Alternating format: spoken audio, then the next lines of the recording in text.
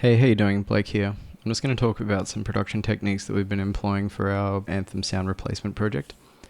In it, there is a really quick sound effect that we have to fill in, which is the sound of a helmet shutting.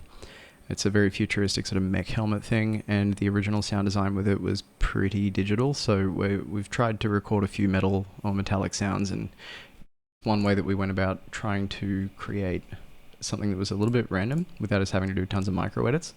So this is what we ended up with here. Just these little snippets of clangs and stuff. I think this is the one we were going to go with because we're blending it with a digital sound that follows shortly after that in the scene. So if we go into this, basically this is the long sample on its own. It is just, I believe, Carrie or Kana banging some chains and metal objects together in the C24 studio that we're using.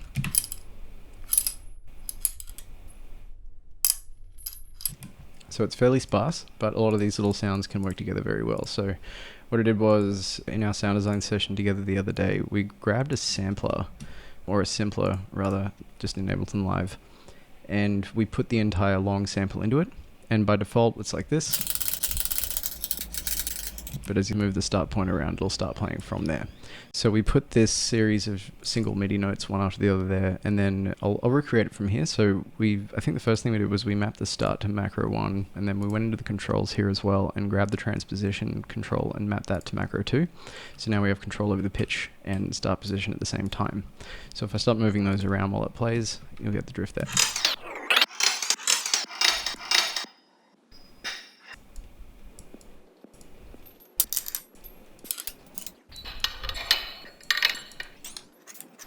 Instead of bothering to right click this and go to automation and then like try to sort of screw around making automation for it, we went the lazy man's route, which is basically just to grab these parameters that we've already mapped and then put LFOs on them. So this LFO is doing the same as in my last tutorial, where it's just a random value with a bit of smoothing on.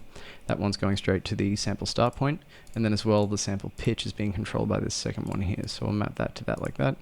And then it's as easy as setting up an audio channel directly afterwards. I've already named this one Helmet Rec, and then putting it on resampling and arming that, soloing this channel, and then recording that in.